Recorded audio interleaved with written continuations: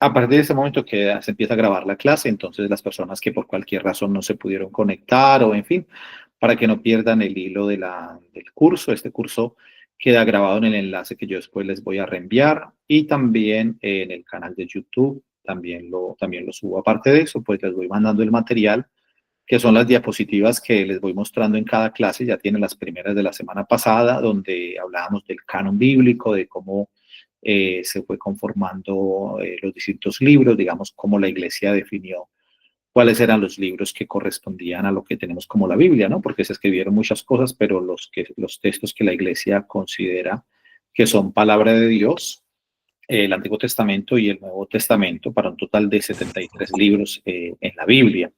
Bueno, pues ese material ya lo tienen ahí para que lo puedan descargar en sus dispositivos ordenadores y, bueno, los puedan estudiar. Entonces ahora pues vamos a continuar aquí con otras diapositivas que les voy a compartir. A ver, uso de Biblia, ok. Ok, aquí está. Padre, si quiere cierra los micrófonos, todavía están abiertos. No, pero cada uno puede cerrar el micrófono. Yo creo que por favor cada uno cierra los micrófonos. Ahí creo que ven la diapositiva. La vamos a poner aquí un poco más grande. Perfecto. Entonces, ahí la están viendo, ¿cierto? Perfecto. Sí, señor. Listo. Aquí tengo, pues obviamente que uno muchas veces también pues encuentra material en internet para obviar el tener que escribir cada cosa. Por eso uno también da los créditos de lo que pone para que no vaya uno pues a usurpar lo que no le corresponde. Aquí, por ejemplo, esta diapositiva es de un enlace o de una página Catholic Link y pues me pareció muy didáctica, entonces por eso la tengo ahí. Ahí están lo que son los libros, los distintos libros tanto del Antiguo Testamento como del Nuevo. La semana pasada les había hablado cómo estaban distribuidos los distintos libros bíblicos, tanto en el Antiguo Testamento como en el Nuevo, como los bloques. Los bloques o grupos en los que están distribuidos los libros. Pero me pareció importante esta diapositiva porque nos va a decir no solamente el libro, sino como la abreviatura. ¿Por qué esto? Porque cuando uno abre la Biblia, pues uno sí va a encontrar el nombre del libro. Si abrimos la Biblia, por ejemplo, en el primer libro, vamos a encontrar que dice Génesis.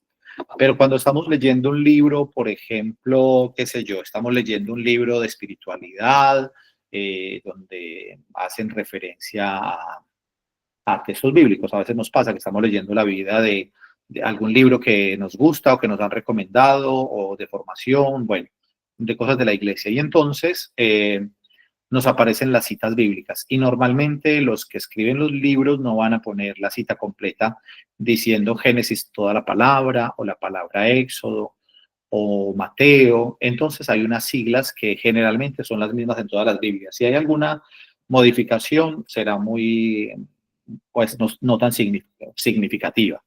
Entonces, por ejemplo, ustedes ven aquí esta diapositiva y si quieren pueden ir abriendo la Biblia de cada uno, porque normalmente en sus propias Biblias al comienzo está el índice. Y entonces en el índice aparecen estos libros. En algunos también habrá alguna variación en cuanto al orden en que los van poniendo, pero no es relevante. A ver, en todas las Biblias, sin temor a equivocarme, los primeros 5 libros de la Biblia pues están en ese orden, ¿no? No va a encontrar a nadie en una Biblia que el primer libro diga Levítico o el primer libro diga Éxodo. Siempre va a decir Génesis, luego Éxodo, luego Levítico, luego Números y luego Deuteronomio. En esta diapositiva ustedes ven que están como marcados por colores. Es una forma bien didáctica como para mostrarnos como los grupos a los que pertenecen. Entonces, los 5 primeros libros en esta diapositiva, estos 5 primeros libros están en ¿qué? En color amarillo. Y entonces, esos 5 libros primeros, ya lo dijimos en la clase anterior, se llaman los libros del Pentateuco. Penta, 5, teucos, era como un estuche en el que se guardaban los libros, porque los libros no estaban en aquella época como los conocemos hoy, que están en la imprenta vino muchos siglos después, entonces los libros como nosotros estamos acostumbrados a tenerlos en nuestras bibliotecas, o incluso la misma Biblia como la tenemos actualmente, en forma de, digamos, del libro en la que están cada uno de los libros, pues no era así como estaba al comienzo. No nos vamos a imaginar nosotros, por ejemplo, a los apóstoles o a los profetas o a alguien leyendo la Biblia y leyendo los libros digamos, de esa manera. Entonces, lo que habían era rollos, ¿no? Antiguamente se escribía papiros. El papiro es una planta, creo que en Colombia se da papiro, yo no sé si aquí en España se dan papiros, no creo que por el tema de estaciones, hay veces que en los países donde hay estaciones, pues algunas cosas no se den, pero no lo sé, puede que sí, pero en Colombia sí lo hemos visto muchas veces en los jardines, por ahí, que hay papiros, el papiro es un tallo largo, y ese tallo, pues lo que le hacían era un proceso, ¿no? De abrirlo, de prensarlo, y luego después de pasar por un proceso de secado, pues en los papiros escribían. Todavía cuando alguien viaja a Medio Oriente, por ejemplo, si la gente va a Egipto, puede comprar, los turistas pueden comprar papiros y normalmente con pinturas digamos, de gobernadores egipcios, de faraones, bueno. Y entonces también se escribía sobre esos materiales.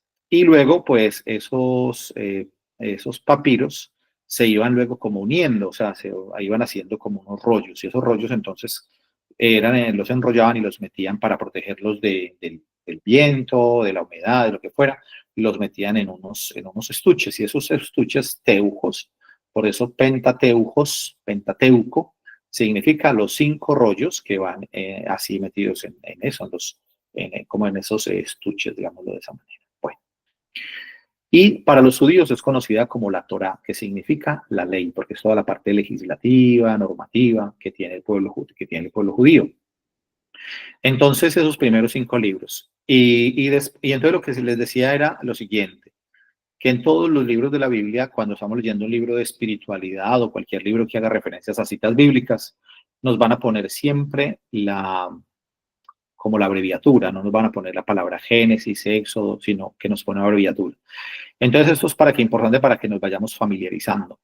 Cuando en un libro nos encontramos, por ejemplo, la letra E, normalmente la primera letra va en mayúscula, la letra E y la letra X, entonces ya sabemos que eso es el comienzo de la palabra Éxodo, ¿no? Éxodo es con X, Éxodo. Levítico, pues ahí quitan la E al lado de la L, pero ponen LV y ya eso lo asociamos a Levítico. NM a números, libro de los números. DT, Deuteronomio. Y así sucesivamente. Si vamos mirando la diapositiva, por ejemplo, el libro de Josué, perdón, creo que se me perdió la diapositiva, un momento. A ver, espera que hice acá un movimiento y se me perdió la diapositiva. Ok, volvemos aquí. Eso, ahí volvió a aparecer la diapositiva. Entonces, por ejemplo, en el libro de Josué, entonces aparece Jos, en el libro de Jueces, la J, la U, la E, y así sucesivamente. El libro de Ruth, pues, en algunas Biblias aparece solamente RT, porque ahí, claro, como es un nombre tan corto, pues no hay forma como de poderlo abreviar más, porque Ruth solamente tiene 3 letras. Pero si vemos, por ejemplo, en Samuel, primera de Samuel y segunda de Samuel, en esta diapositiva que les estoy poniendo aquí, aparece primera, el número 1 significa es el primer libro. Ese número aparece cuando cuando hay 2 libros con el mismo nombre. Por ejemplo, en el caso de Samuel, hay 2 libros, primero de Samuel y segundo de Samuel. En algunas Biblias encontrarán la abreviatura 1SM.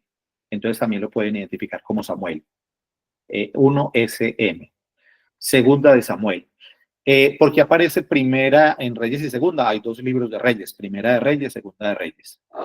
Bueno, primera de Crónicas y segunda de Crónicas. Los otros que no tienen números porque es un solo libro, no hay 2 libros de Esdras, no hay 2 de Nehemías. Bueno, aparece Tobías que también es uno solo. Judith, JDT, Judith, el libro de Judith. Luego Esther, EST. Y primera Macabeos y segunda Macabeos, entonces es la misma lógica que estamos ya diciendo, aparecen 2 libros de Macabeos, primera y segunda de Macabeos. Como ustedes ven, van cambiando como de color, entonces ya los que están aquí en este caso de color amarillo, que hubiera podido ser de cualquier otro color, pero aquí los quisieron poner así, significa que pertenecen a un solo bloque, que es el libro de los libros de la Torá o Pentateuco. los 5 primeros. Luego aparecen los libros históricos, ¿no? Entonces, Josué, Jueces, Ruth, Primera Samuel, Segunda Samuel, Primera de Reyes, Segunda de Reyes, Crónicas 1 y 2, Esdras, Nehemías, bueno. Y luego aparecen otro color, que es un color como fucsia. Bueno, hay 2 colores ahí, uno más bien como un color un poquito rosado. Y dice sal significa salmos. En alguna Biblia le podrá aparecer SLM como salmo. Bueno, salmos, Job, Proverbios, Eclesiastés, sí, Eclesiastés, Sabiduría, Cantar de los Cantares, Eclesiástico. Esos son los que llaman libros sapienciales. Y luego, en color fucsia, en esta diapositiva, nos aparecen los libros que llamamos proféticos. Entonces, los profetas, que son 13 profetas menores y 4 profetas mayores. Isaías, Jeremías, Ezequiel y Daniel son considerados profetas mayores. No porque sean más importantes, sino porque de pronto porque sus obras son más voluminosas. Si uno va a mirar en la Biblia, los capítulos de Isaías, Jeremías, Ezequiel y Daniel son bastantes capítulos, es decir, que es un libro bastante grande. Mientras que cuando uno mira, por ejemplo, Oseas, Joel, Amós, Abdías, Jonás, Miqueas, Nahum, son menos contenido. Entonces no es porque sea un profeta más importante que otro, sino que se llaman menores porque tienen menos cantidad, digamos, de volumen de capítulos en los escritos. Bueno, y ahí tenemos entonces lo que es el Antiguo Testamento o la Antigua Alianza. Y luego tenemos ahí en la diapositiva el Nuevo Testamento, que es también en colores. Los 4 primeros, que son un color como violeta, son, o un morado, podemos decir así, son los 4 evangelistas. Entonces, Mateo, miren aquí ¿cómo se llama? La abreviatura, MT, Mateo, MC, Marcos, LC, Lucas y JN, Juan. ¿Listo? Entonces, esos son los evangelios. Luego, el libro de los Hechos de los Apóstoles aparece en color azul, como azul marino, un azul muy claro, pero aparece, es el único en ese color porque no estaba incluido dentro de un grupo, como decir los evangelios, o como más adelante las de color azul, azul ya un poquito como distinto al otro, que serían las cartas de San Pablo, cartas paulinas. Entonces se pone Hechos solo, porque Hechos no está vinculado a ningún grupo. Luego tenemos las cartas de San Pablo, 2, 4, 6, 8, 10, 12, 13 y 14.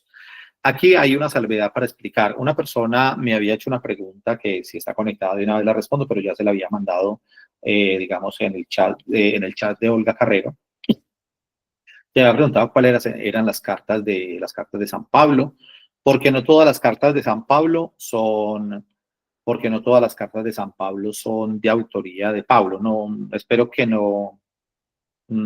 Espero que no. Un momento, porque por aquí hay una personita que de pronto no se pudo conectar. Marlene Beltrán, creo que sí está conectada. Bueno, listo, es que me mandó aquí un mensaje. Entonces, un momento, ya les digo un dato aquí. A ver.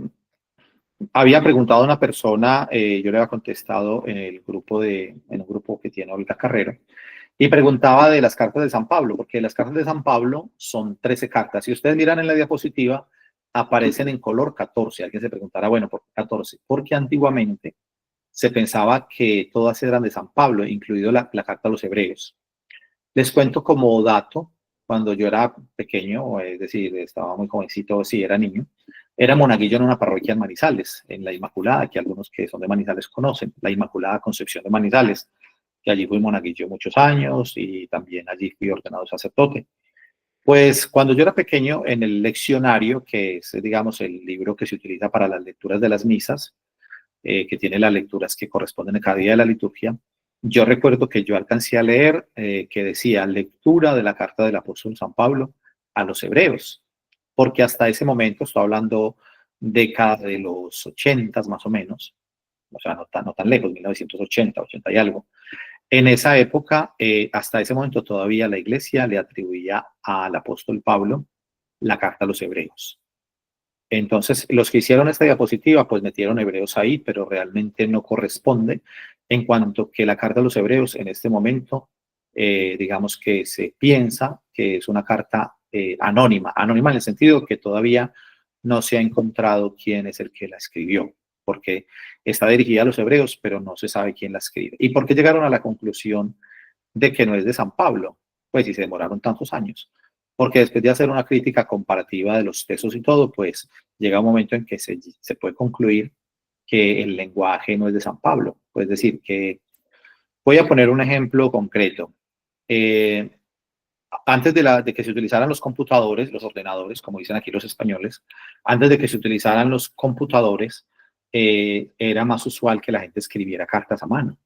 Entonces, cuando alguien escribía una carta, pensemos en un familiar, un amigo, una persona que se trasladaba de ciudad, nos mandaba una carta por correo.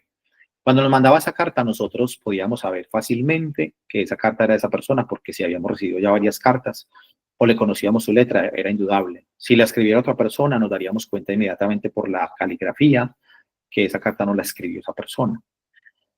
Pero no solamente por la escritura, sino también por el lenguaje, porque nosotros nos damos cuenta que las personas tenemos, aunque hablamos una misma lengua, en este caso que nosotros hablamos castellano o español, cada persona tiene un léxico, cada persona tiene unas palabras que utiliza con más frecuencia. Entonces, si nosotros conocemos a una persona y sabemos cómo habla, nos hemos familiarizado con su lenguaje, con su expresión, pues no sé, si un día nos llega una carta y la leemos, independientemente de la letra, que en aquella época podríamos incluso saber si la letra era de la persona, pues nosotros también podríamos pensar, bueno, esta persona se está expresando de una forma muy extraña porque normalmente no utiliza este lenguaje, estas palabras, entonces podríamos como decir eso, ¿cierto?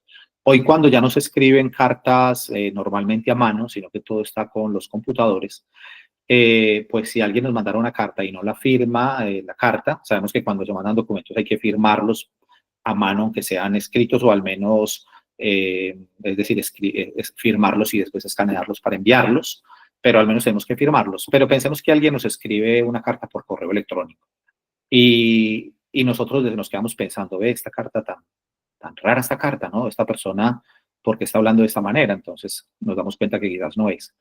¿Por qué les estoy diciendo esto? Porque en el caso de los hebreos, pues la iglesia llega a ver que esa carta no corresponde, digamos, como a todo el pensamiento y a la forma que tiene expresión San Pablo. Entonces, por eso, la carta a los hebreos ya no se dice de la carta de San Pablo a los hebreos, sino simplemente a los hebreos, y no sabemos quién es el autor.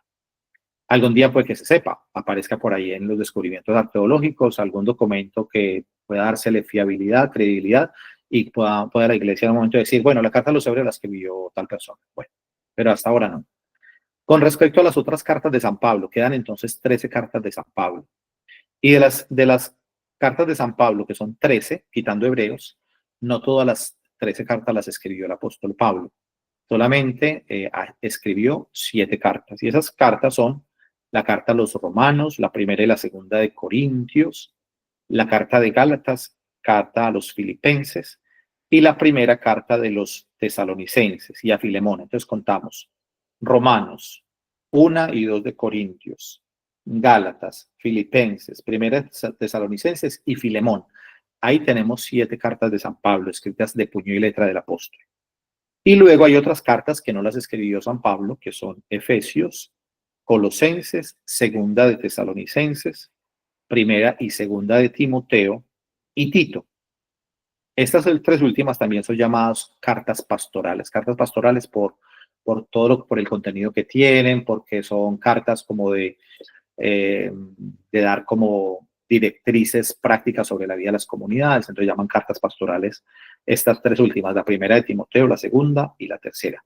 Ahora, algunos dirán, no, pero ¿cómo es posible? Entonces, ¿por qué en la iglesia cuando vamos a misa nos dicen primera del apóstol San Pablo a Timoteo, segunda a Timoteo? ¿Por qué la iglesia dice que son de Pablo? A ver, siempre se seguirá diciendo que son de Pablo. Lo que pasa es que el hecho de que no se diga que son auténticamente escritas por San Pablo, no les quita validez a las cartas. Primero, son palabra de Dios, porque están consideradas dentro del canon de la Biblia.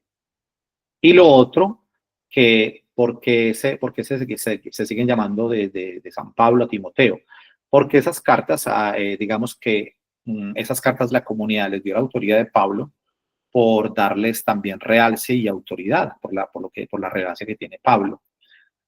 ¿Por qué se llegó a la conclusión de que no eran de San Pablo? Porque ya les dije hace un momento más o menos con el tema de los hebreos, y era que Podía reflejar el pensamiento de Pablo, pero tenía un lenguaje que no era el lenguaje con que normalmente se expresaba el apóstol Pablo.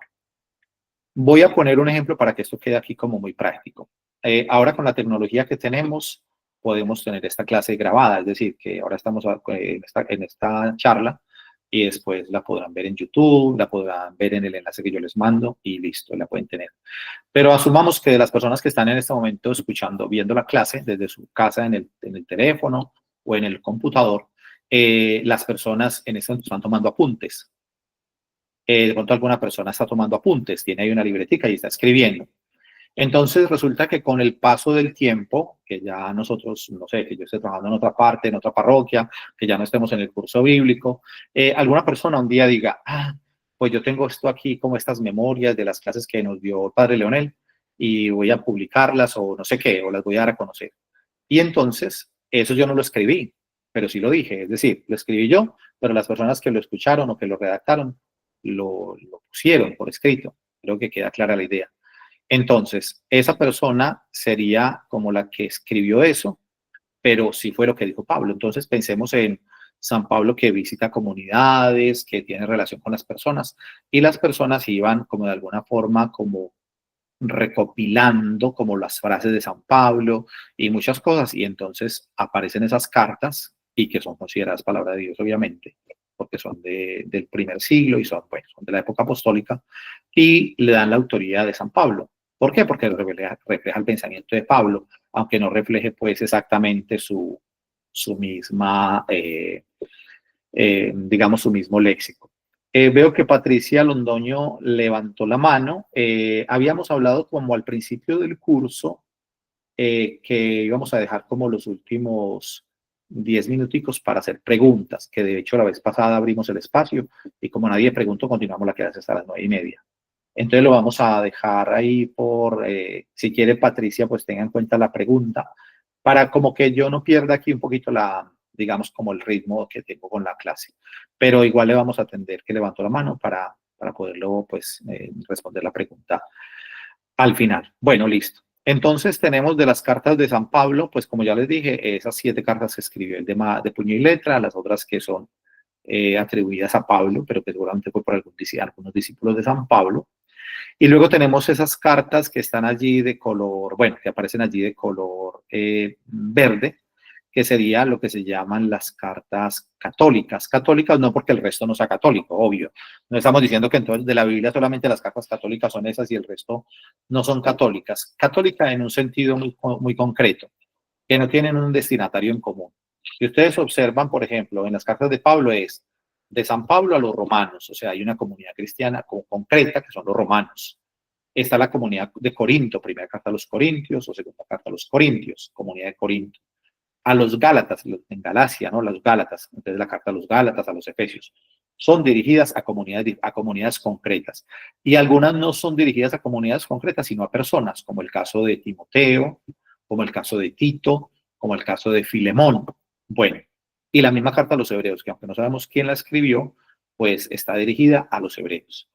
Mientras que las cartas que aparecen ahí, la carta de Santiago, primera de Pedro, segunda de Pedro, primera, segunda y tercera de Juan, y la carta de Judas, esas cartas no tienen un destinatario concreto. Sabemos quién las escribió.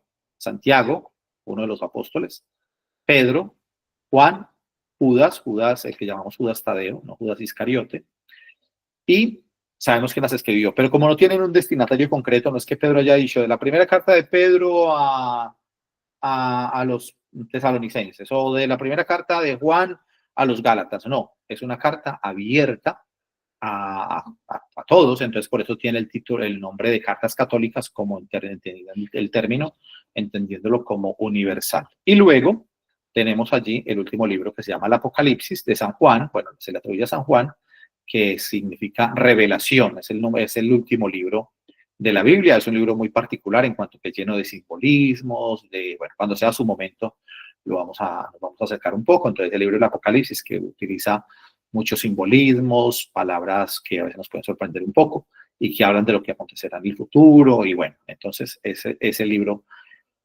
del Apocalipsis. Bueno. Aquí tenemos estas abreviaturas también en esta Biblia. Como les digo, cada versión de la Biblia que tienen, pues tendrá algunos matices diferentes, pero en general es eso. Entonces aquí, que esta es la de la Biblia de Jerusalén, aparecen las siglas a la derecha al lado del libro, de cada uno de los libros, ¿cierto? Entonces, cuando estemos buscando una cita, por ejemplo, mira, aquí en esta de Jerusalén nos dice Primera de Samuel y Segunda de Samuel solamente con una S. En algunas aparecerá SM o SAM, pero bueno, en esta es mucho más abreviado, en la de Jerusalén, y dice 1S, ya sabemos que es Primera de Samuel. Dice 1R, Primera de Reyes, 2R, Segunda de Reyes, 1 Cro, Primera de Crónicas, segundo Cro de Crónicas. Bueno, y así aparecen entonces todos estos libros.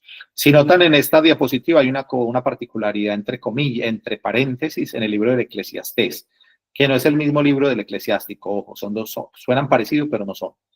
En la parte izquierda de la diapositiva, como ya como hacia la mitad, un poquito más abajo, dice Job, Salmos, Proverbios, Eclesiastés, y entre paréntesis dice Coelet. Entonces alguien encontrará, si pregunto, ¿qué es el Coelet? Pues el Coelet es lo mismo que Eclesiastés, es el mismo libro, que algunos le llaman Coelet, otros le llaman Eclesiastés. Bueno, listo. Luego está el Cantar de los Cantares, Sabiduría, y aparece Eclesiástico. Y Eclesiástico aparece como Sirácida, que es el nombre de Ben Sirac, un personaje allí. Entonces aparece como Eclesiástico o Sirácida. Listo. Luego vienen los otros profetas, los profetas, luego los evangelios y ya. Entonces ya aparecen como todas las abreviaturas. Al lado derecho dice otras abreviaturas. Cuando nos encontremos en un texto, la letra AT significa Antiguo Testamento. Antiguo Testamento. Cuando estemos leyendo un libro que nos remita a cosas de la Biblia. Cuando encontremos la letra NT, significa Nuevo Testamento. Cuando nos encontremos esas letras, que es una L y dos X, algunas personas no estén familiarizadas, sabemos que existen los números en latín, Entonces, la letra L en latín significa 50. Es para dar la cifra de 50. Y la X, una sola X, es el número 10. Y otra X es el número 10, entonces sumamos L, 50, una X, 10, 60, y otra X, 10, 70. Los números romanos más básicos, de pronto mucha gente sí se lo sabe, por ejemplo, el 1, pues es un solo, como una rayita, un palito, el 2, 2, el 3, 3, pero cuando vamos al 4, ya no son 4, sino que ponemos como parecido a una I, pero mayúscula, ¿no? Una I mayúscula. Y ponemos una V, lo que llamamos nosotros la V, en castellano, la V, que no es la U que es redondita abajo, sino que es la V que termina en punta, la V. Y nosotros la tenemos como una consonante en la lengua castellana, para decir, por ejemplo, vaca, para decir vocal, para decir violín. Pero en los números romanos, ese numerito, así como una V, es el número 5. Y entonces si va a la izquierda con un número, con una I larga, digamos una I mayúscula, que sería el 1, significa que ese es el número 4, porque sería 5 menos 1, 4. Y en cambio, si tenemos al otro lado, es decir, tenemos el 5 en latín, y al lado tenemos este palito que sería como la letra I en mayúscula, entonces tenemos el 6. 4, 6, porque a este lado sería como menos. 1 menos 5, entonces 1 menos 5 ahí da 4, ¿cierto? Y aquí sería 5 más 1, 6. Y el 7 sería un 5, que es la V, y dos rayitas. Y el 8, 3 rayitas.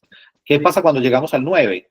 No es la letra V, que sería el 5 con 4 rayitas, sino que el 9 ya es coger la X, que es el número 10, y ponerle a la izquierda el 1, no el 1, sino, sí, bueno, la I mayúscula, y quedaría entonces 9, porque sería 10 menos 1, 9. Y el 10 es la X, y el 11 más un palito. Y el 12, 2, y el 13, 3.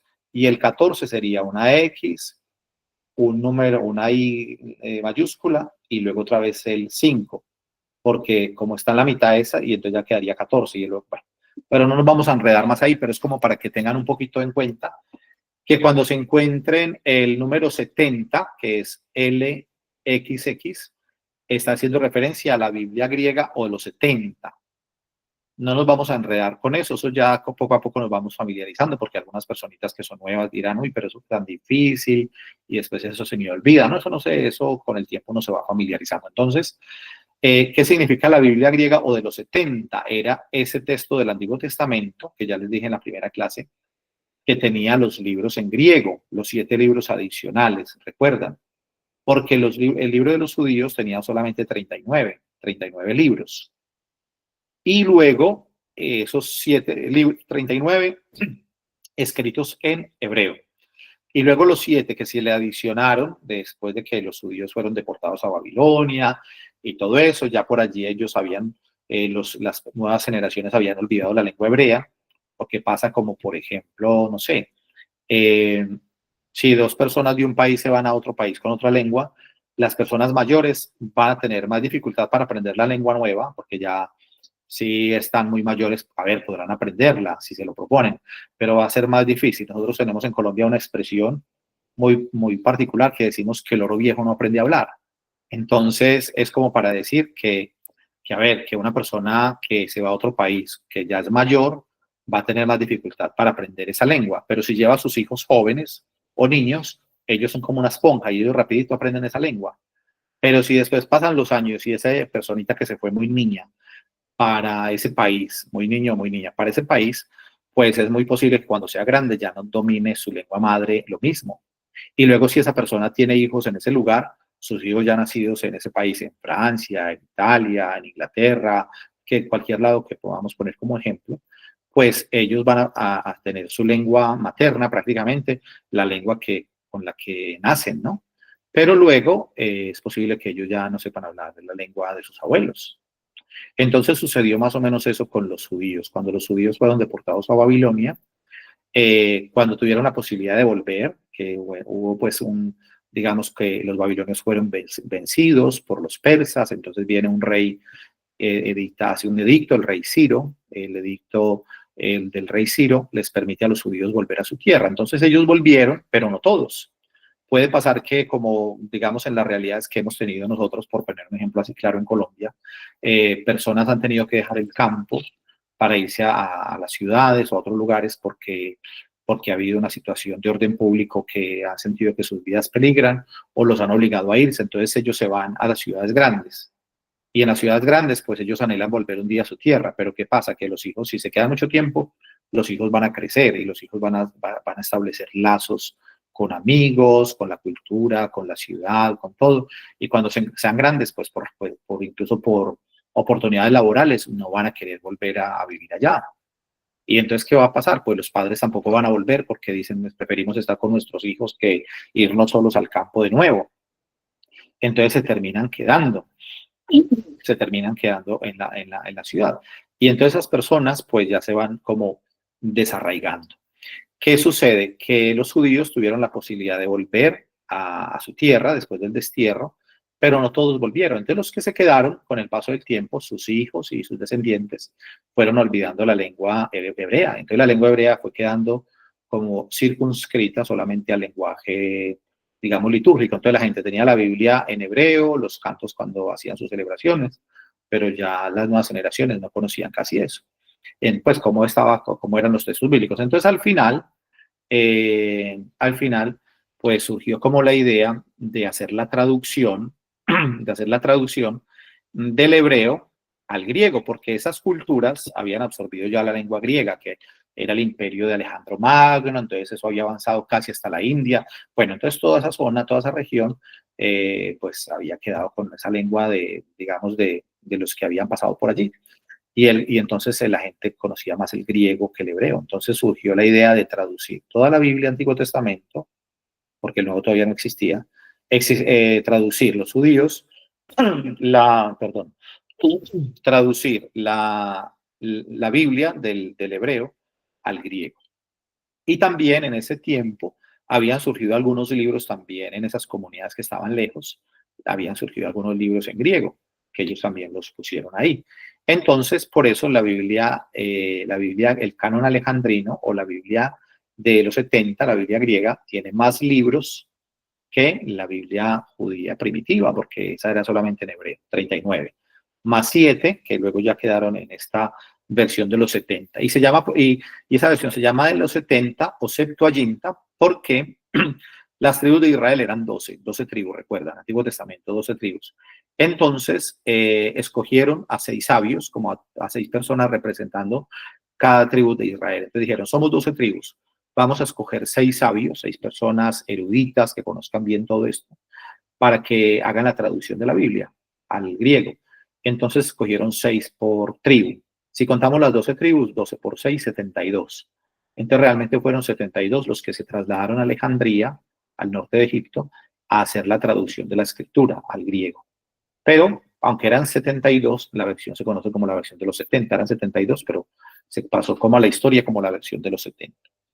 Luego hay otra versión allí que se llama la Vetus Latina, antigua versión latina. La Vetus Latina, ya su nombre nos dice, en latín. Pero luego hay una muy famosa que es la Vulgata, que es la Biblia traducida del hebreo y el griego por San Jerónimo. San Jerónimo es un santo católico, padre un sacerdote muy doctor de la iglesia. Ya iba a decir yo padre de la iglesia, no es padre de la iglesia, pero, es un sacerdote, San Jerónimo, fue un santo, que vivió 34, muchos años en Belén. Él tenía como una devoción muy especial como al misterio del nacimiento, de la encarnación, del nacimiento de Jesús. Entonces él se fue para Belén, porque sabemos que Jesús nace en Belén, y él se va a las grutas. Jesús nació, pues en aquella época no había las casas como las tenemos nosotros, entonces pues Jesús nace por allí como en un establo. Bueno, hay como una gruta en la que, digamos, se venera el nacimiento de Jesús. Cuando la gente va a Tierra Santa, pues allí hay una estrella muy de plata, muy especial, y allí la gente se inclina, y allí pues es como para recordar el lugar donde nació Jesús. Pues San Jerónimo se va a vivir a esas grutas como para contemplar más en su espiritualidad el misterio de la encarnación. Y estando allí, pues él era un hombre que conocía muy bien las lenguas clásicas, lo que era el latín, el griego, porque antiguamente pues estas personas eran muy bien formadas, y él no sabía hebreo, Entonces él se dedicó a estudiar hebreo, para traducir la Biblia. Entonces, bueno, y le costó bastante, eso también significó mucho sacrificio, aprender una lengua, porque, a ver, nosotros podemos aprender lenguas un poco más fácil. Nosotros que hablamos castellano, podemos aprender mucho más fácil, por ejemplo, que italiano, podemos aprender francés, podemos aprender catalán, porque son lenguas que se llaman lenguas romances, porque se derivan del latín. O sea, hay muchas palabras del castellano, del francés, del italiano, que son similares, se parecen, no tienen las mismas raíces porque son derivadas del latín, se llaman lenguas romances. Pero aprender lenguas que no tienen nada que ver con eso, por ejemplo, ir a aprender mandarín, o ir a aprender árabe, o ir a aprender hebreo, son lenguas más difíciles para nosotros porque no tenemos nada en común con esas lenguas. Bueno, entonces San Jerónimo se dedicó a estudiar hebreo, y luego, después de que ya sabía bien el griego, obviamente, y estudió el hebreo, se dedicó a traducir la Biblia del hebreo antiguo, del Antiguo Testamento, y del griego, a traducir, pues el Nuevo Testamento, obviamente, que estaba en griego, se dedicó a traducirlo al latín. Entonces esa versión es la que llama la Vulgata, ¿cierto? Y esa es muy importante, esa Biblia. Durante mucho tiempo también era como texto de referencia en los seminarios, en las facultades de teología, para los que somos sacerdotes, que estudiamos teología, y pues Sagrada Escritura también tenemos una buena base. Entonces se estudiaba, era la Vulgata. Pero ya los papas digamos, como ya de comienzos del 900, algo así, ya digamos como los papas del siglo pasado, del siglo XX, como que ya consideraron que era bueno que nos acercáramos a los textos originales, es decir, estudiar la Biblia en el hebreo que fue escrita y en el griego, y por eso ya ahora, cuando uno hace estudios de Sagrada Escritura, pues tanto en Roma, que es donde hay, si digamos, licenciatura en Sagrada Escritura, o en el caso mío que yo estudié Biblia, pues que fui a estudiar Biblia en Jerusalén, entonces estudié los textos en las lenguas antiguas, en hebreo y en griego, ¿no? Y no es el hebreo que se habla hoy en Israel, porque ese hebreo se recuperó después de 1947. Sabemos un poco por historia que la mayoría de los judíos estaban fuera de la tierra, pues estaban fuera de la tierra, y ahí está todo el conflicto que hay ahora con Palestina. porque ellos estuvieron desde el 135 después de Cristo, es decir, muchos siglos, como 18 siglos, estuvieron por fuera en muchos lugares, y después del año 1917 a 1947 estuvo el Imperio Británico, estuvo el mandato británico, los ingleses, en toda esa tierra, y luego cuando le reconocieron a Israel que fundara un Estado, entonces fueron allí y fundaron el Estado de Israel.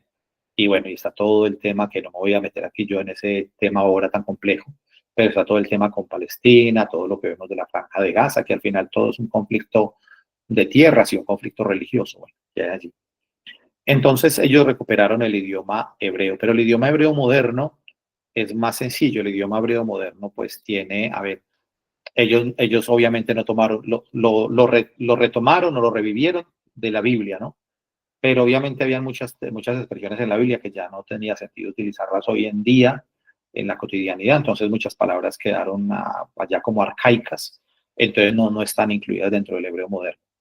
Y el hebreo moderno también cogió palabras del inglés, sí, y simplemente lo que hizo fue ponerle caracteres en hebreo, por decir algo efectivo, cash en inglés, ¿no? Entonces ponen esa palabra que es en inglés para decir efectivo, dinero en efectivo, pero lo que hacen es ponerla en palabras, en letras, la grafía, al escribir en hebreo. Bueno, entonces es una lengua no tan difícil hoy día.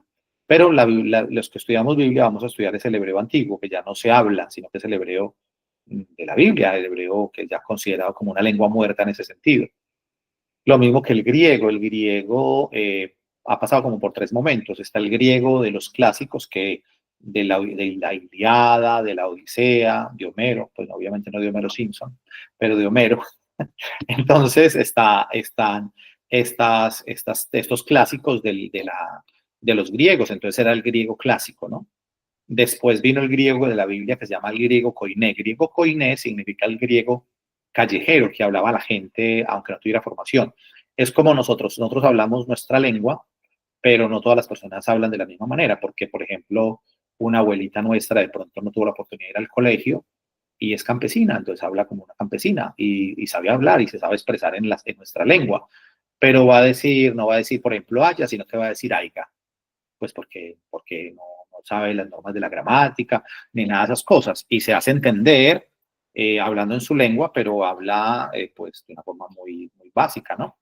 En Italia lo mismo, y aquí en España lo mismo, o sea, una cosa es que tú estudias gramática, que tengas una formación, que tengas un léxico, y otra cosa es que pues tengas una lengua que utilizas un léxico muy de base y muy sencillo, ¿cierto? Bueno, entonces el griego de la Biblia es el griego como callejero, el griego que se hablaba en el comercio, pues así se escribió con ese griego la Biblia.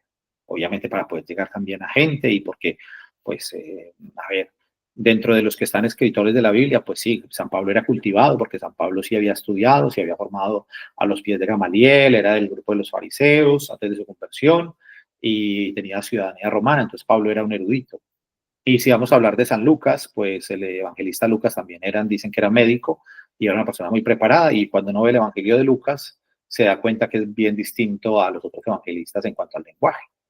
Pero los otros apóstoles pues eran más sencillos. Pedro era un pescador y todo. Entonces, claro, muchos textos son también desde la sencillez, bueno, de la cotidianidad. Es palabra de Dios, pero obviamente hay un autor secundario, que en este caso es el que escribe, San Pedro, San Pablo, Juan, Marcos. Y luego el griego, del clásico pasamos al griego koiné, que era el callejero, y ahora tenemos el griego moderno. Entonces una persona puede saber el griego bíblico, pero de pronto escucha hablar a una persona, va a Grecia, y escucha a una persona hablando en griego y le coge solamente palabras, no puede ponerse a entablar un diálogo con un griego de hoy porque pues no sabe hablar griego, o sea, sabe Biblia y sabe leer en griego, pero no sabe hablar en griego, que son dos cosas distintas. Bueno, entonces ahí, para decirles lo de la traducción de la Vulgata, que está traducida al hebreo y el griego por San Jerónimo. San Jerónimo es doctor de la iglesia, y hay una frase que me gustaría citar aquí. La fiesta litúrgica de San Jerónimo es el 30 de septiembre. De hecho, en septiembre es el mes dedicado a la Biblia. No sé si algunos lo tienen en cuenta, pero siempre en la iglesia se dice que septiembre es el mes dedicado a la Biblia, a la palabra de Dios. El 30 de septiembre es la fiesta litúrgica de San Jerónimo. Y San Jerónimo tiene una frase muy especial. San Jerónimo dice, desconocer las escrituras es desconocer a Cristo.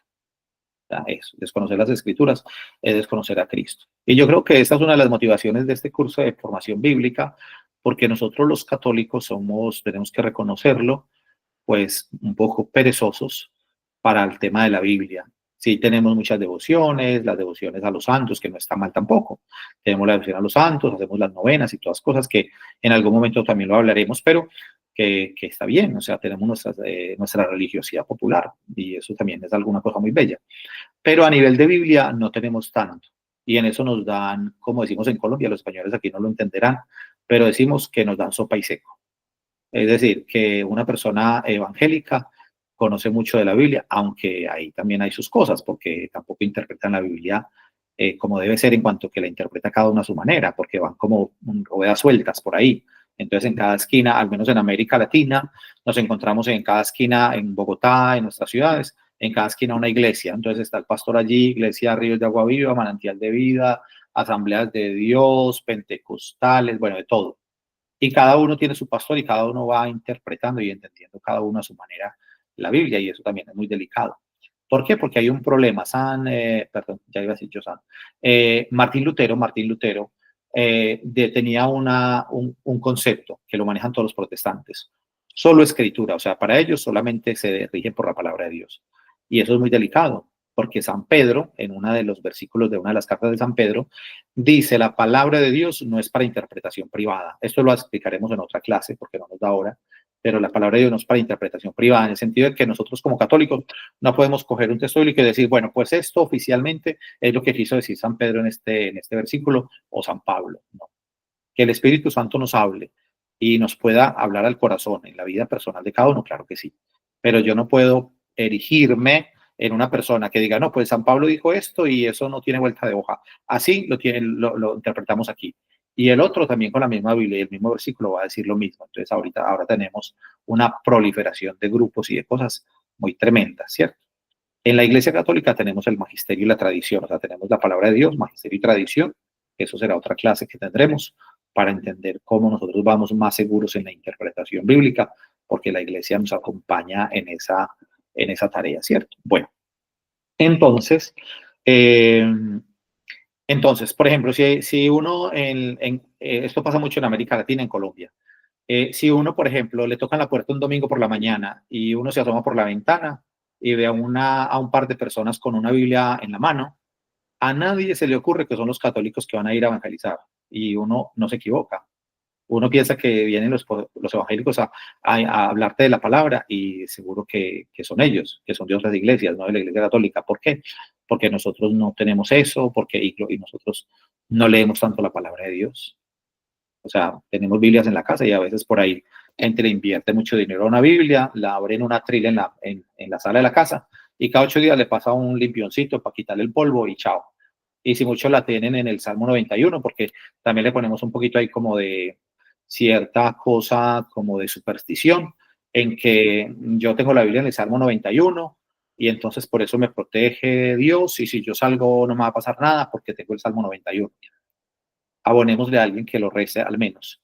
Pero nos conformamos que aunque tenemos la Biblia abierta en el Salmo 91, Salmo de protección, y aunque yo no lea la Biblia, aunque yo no me esfuerce por vivir coherentemente mi vida con respecto a la palabra de Dios, solo tengo la Biblia abierta ahí y ya con eso me contento toda la vida. Entonces hay que leer la palabra de Dios. Bueno, hermanos, como ya son las 9:23 aquí, 2:23, ya va siendo la horita aquí también, entonces voy a abrir el espacio para las preguntas. No sé si alguien por ahí tiene la manito levantada o algo para hacer preguntas. Antes de que hagan preguntas, también les digo, a ver, yo no me las sé todas, entonces tratemos de que las preguntas sean como relacionadas con el tema que hemos desarrollado hoy, porque a veces pueden hacer preguntas muy generales que yo tenga también que volver a refrescar como conceptos y cosas. Entonces, para que me tengan paciencia también un poquito en eso. Si no, pues en el transcurso de la semana les iré respondiendo. Bueno, a ver quién va a preguntar. Por aquí, Manuel Escobar, sí. Padre, buena tarde. Muchas gracias por la explicación, muy, muy interesante. Padre, usted hace 8 días nos habló de los libros deuterocanónicos. Sí. Entendí en esa vez, pues, que son Job, Salmos, Proverbios, Eclesiastés, Cantar, Sabiduría. ¿Corresponde Creo que eso? te me No. fuiste por allí porque cantar no es. Espera un momentico, yo a ver si los tengo por aquí en en esto. Vamos a ver si los tengo aquí. Creo que están aquí. En esta diapositiva.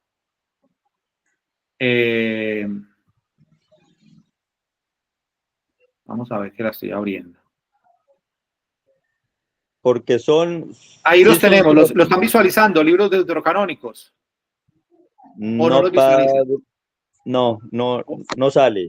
Un momentico, yo voy a mirar, presentar otra ventana.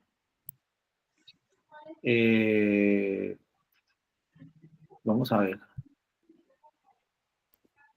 Sí, acá, lo voy a compartir en este momento. Creo que ahí ya le salió, ¿cierto? Sí. Sí, señor. Libros deuterocanónicos. Listo. Ah, Entonces ahí están. Libros deuterocanónicos, como está en paréntesis, dice segundo canon. Son los libros precisamente que se le agregaron al canon judío, que el canon judío solamente eran libros en hebreo y eran 39. Y se les agregaron Tobías. Por eso en una Biblia que no sea católica, es decir, en la traducción Reina Valera, que utilizan muchos de iglesias protestantes, no aparecen estos libros, porque ellos no los consideran ni siquiera palabra de Dios, no los llaman deuterocanónicos, sino que ellos le llaman apócrifos.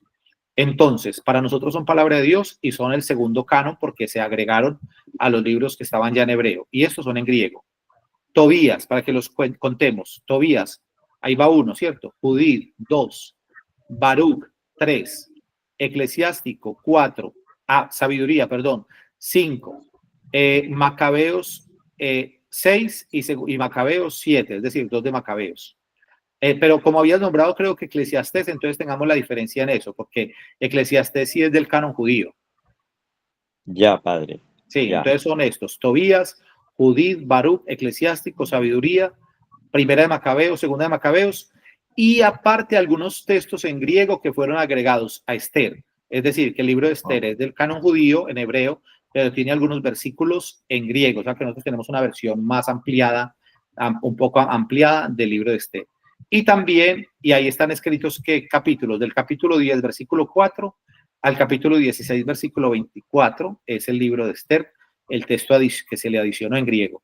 Y en Daniel tenemos Daniel capítulo 3, del 24 al 50, capítulo 3, del versículo 51 al 90, y luego tenemos todo el capítulo 13 y todo el capítulo 14. Esos son los libros deuterocanónicos. Bueno, padre, muchas gracias. Bueno, ¿quién más pregunta? Por aquí, Gloria Quintero. ¿Puedes abrir el micrófono, Gloria? Padre, buenas tardes, ¿cómo Hola, está? ¿qué tal? Padre, yo tengo la Biblia del peregrino, ¿sí? Sí, esa también la había recomendado yo. Es la Biblia de Luis Alonso Chequel.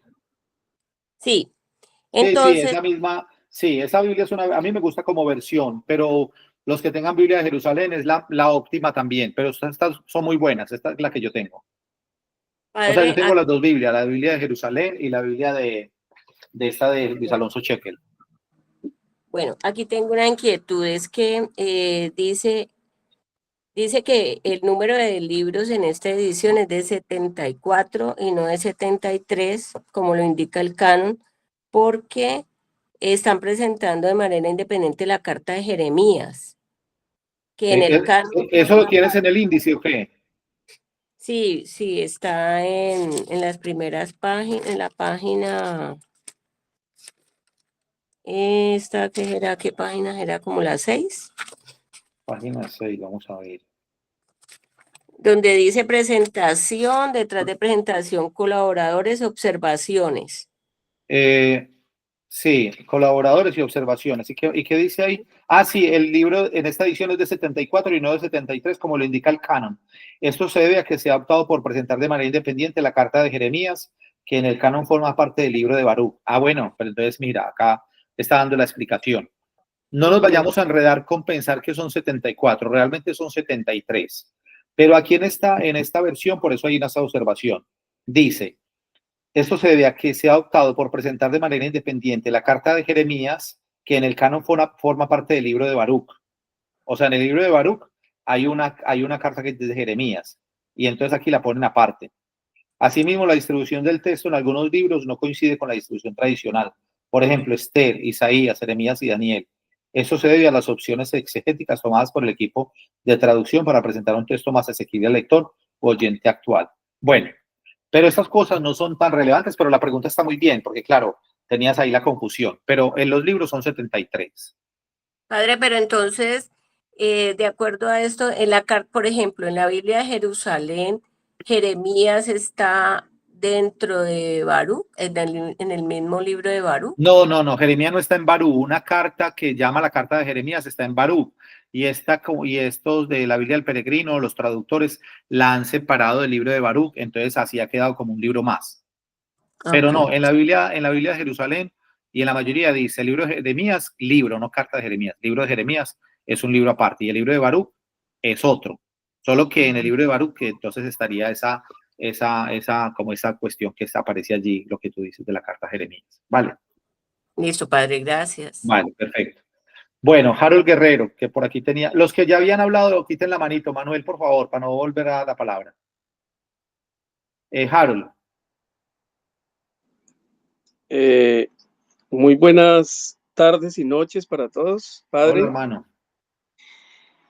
Bueno, yo tengo una inquietud que puede ser un poco ingenua, no sé, pero quisiera saber lo que conocemos como libros históricos, ¿los podemos asumir como hechos ocurridos en el acontecer del pueblo de Israel? Lo comento porque yo he terminado la lectura del libro de Josué, Sí, donde se narra cómo Josué toma las banderas después de la muerte de Moisés sí. y tiene que ejecutar el plan de Dios para conquistar esa tierra prometida.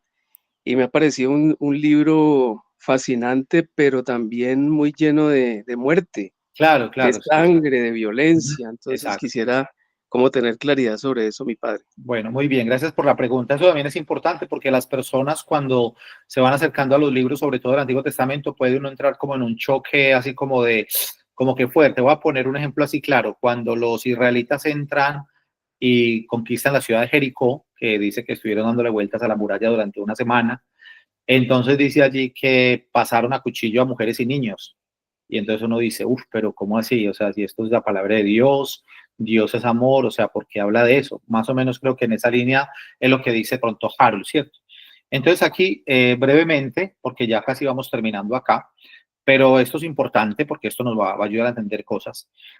Cuando Harold comienza preguntando por el tema como de libros históricos, se llaman libros históricos en cuanto que narran como, digamos, cómo se fue conformando el pueblo de Israel después de la experiencia de haber entrado en la tierra prometida, porque los primeros libros, no, y en ese proceso incluso para entrar en la tierra prometida, los primeros libros que son 5, los libros del Pentateuco, son los libros del origen. Génesis significa, por ejemplo, origen, comienzo del universo, del ser humano, del hombre, de la mujer, de todo. El libro del Éxodo significa la salida, es decir, el proceso de la salida de la esclavitud de Egipto, atravesar el desierto, el monte Sinaí con las tablas de la ley, bueno, toda la parte legislativa.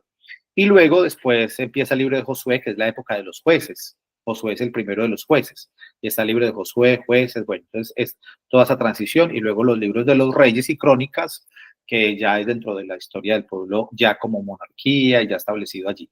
Entonces, el término histórico, como están en ese bloque de libros históricos, se llamaría históricos en cuanto que narran la historia de cómo se fue, digamos, configurando ese pueblo ya allí completamente en Tierra Santa o en esa entrada a Tierra Santa. Pero tenemos que tener en cuenta que el concepto de historia que nosotros manejamos hoy no es el mismo concepto de historia que se manejaba allí. Para que no pensemos nosotros que hoy tenemos la posibilidad de tener más exactitud en los datos, porque hoy podemos registrar esto que está aquí, lo grabamos, podemos ver los noticieros. Una persona que no ha nacido hoy todavía, o por ejemplo pensamos en alguien que está en gestación, pues como no ha nacido todavía no sabe ni siquiera qué fueron las Torres Gemelas ni nada de esas cosas. Pero ese niño cuando vaya dentro de unos años al colegio, le van a enseñar y va a aprender a leer y a escribir y va a leer en historia y en historia del mundo, bueno, de la humanidad, va a leer que las Torres Gemelas de Estados Unidos fueron derribadas el 11 de septiembre del 2001. No ha nacido, pero ese dato ya está asegurado para que él lo tenga dentro de 15 años. Y él no va a poder decir, bueno, pero ¿y aquí cómo interpreto yo esto? Eso dice ahí, pero ¿será que sí realmente las derribaron? Claro que las derribaron, porque va a ver los videos, va a poder tener la hora exacta en que aconteció eso, que todos los que estamos aquí vivimos ese momento. Pero alguien que no ha nacido también podrá acceder a esa información. Nosotros de los que estamos aquí, muchos no habíamos nacido en la Segunda Guerra Mundial.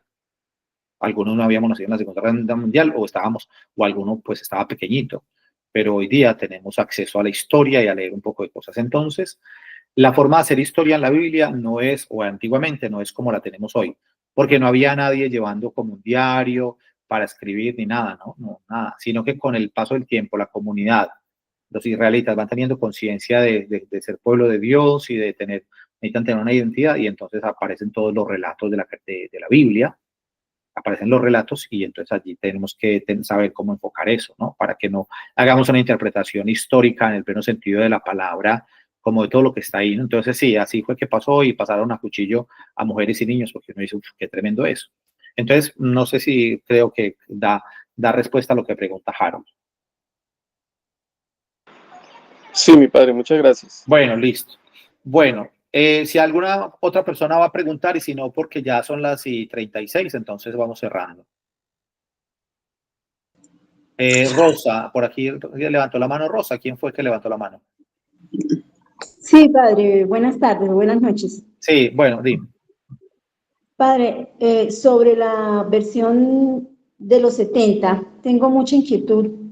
Su merced decía que habían escogido 2 de cada tribu, Sí. 72 en total. ¿Quiénes? No, ¿Quiénes 2 de cada escogieron? tribu, no, 6. Eso, sí, perdón, 6 de cada tribu. ¿Quiénes escogieron? O sea, en ese momento, para mantener, pues sí, tengo entendido que para mantener las tradiciones, para mantener la ley, el pueblo unido y todo eso, pues estaban los sacerdotes. Pero en sí, ¿en qué momento? ¿Eso fue antes del Señor Jesucristo o fue después? No, fue antes. Cuando vino Jesús, ya los apóstoles, cuando se compone el Evangelio, van a recurrir a los textos también de la versión de los 70, que lo utilizaron. Eso fue antes. El pueblo de Israel fue deportado a Babilonia en el año 586, antes de Cristo, y estuvieron allí hasta el año más o menos 539. O sea, ellos no estuvieron muchos años en el destierro. Estaban del 586 al 39, porque antes de Cristo, pues, como Jesús es la referencia, la historia se cuenta de manera descendente. Después de Cristo vamos subiendo, o sea, desde el nacimiento de Cristo vamos subiendo, y estamos en el año 2025, el año próximo 2026. Pero antes de Cristo, entonces, 100 años antes de Cristo, entonces era año 100, año 99, 98, porque Cristo es la referencia. Entonces, en el 586 antes de Cristo fue deportado el pueblo a Babilonia. Y en el 539 pudieron regresar, pero muchos no regresaron y se quedaron. Entonces, en ese periodo entre el año 200, 250, tal, por ahí, por esa época, que después les daré el dato más concreto, porque ahorita no lo recuerdo, obviamente, pues aparecen, se toma esta decisión, porque se había olvidado, la gente ya no tenía acceso a la Biblia, porque ya no sabían cómo leerla, se les había olvidado el hebreo. Entonces, por eso es que toman la decisión las autoridades religiosas del pueblo judío de que 6 sabios de cada tribu se dediquen a la traducción, para que luego todos tengan acceso a la Biblia. Gracias, me parece como curiosidad bonita, dice uno, de Occidencia, que ellos hayan tenido en cuenta esos 7 libros, los deuterocanónicos, que Sí. los hayan tenido en cuenta, y que nosotros, ya los católicos, decirlo así, sí, nosotros los católicos, después de nuestro Señor Jesucristo, hayamos tomado esa versión, ¿sí? Nos hayamos inclinado por esa versión y no por la de los judíos. Claro, porque... Me parece como algo muy... Sí, Sí, muy señor. bien. Sí, no, precisamente porque la Iglesia lo dejó así establecido. En el Concilio de Trento, oficialmente, como una cuestión prácticamente casi dogmática, es decir, como una norma que todo católico debe aceptar, el Concilio de Trento define solemnemente que los libros de la Biblia, para evitar la discusión con los protestantes, porque precisamente los protestantes con Martín Lutero dijeron, no vamos a aceptar los deuterocanónicos, que siempre la Iglesia los había aceptado. desde el comienzo. Ujú. Entonces, cuando Martín Lutero dijo, no, esos libros no se van a aceptar ya en el canon, entonces los protestantes la quitaron, entonces la Iglesia Católica dijo, sí, esos libros hacen parte de la Biblia, entonces por eso ya se dice, se define solemnemente en el Concilio de Trento que los libros que todo católico debe creer como palabra de Dios son 73, 46 en el Antiguo Testamento, e incluidos esos 7 libros. Perfecto, Padre, gracias, Bueno, bendiciones. Bueno, ¿alguien más? O si no, ya me voy despidiendo. Bueno, si alguna persona queda con alguna inquietud, me puede escribir internamente por el WhatsApp, los que tienen mi número de teléfono. Bueno, por ahí nos vamos organizando para las preguntas. Listo.